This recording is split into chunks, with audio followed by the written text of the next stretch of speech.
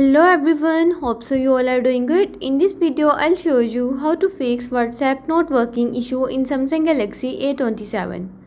Before starting the video, don't forget to subscribe and watch our complete video.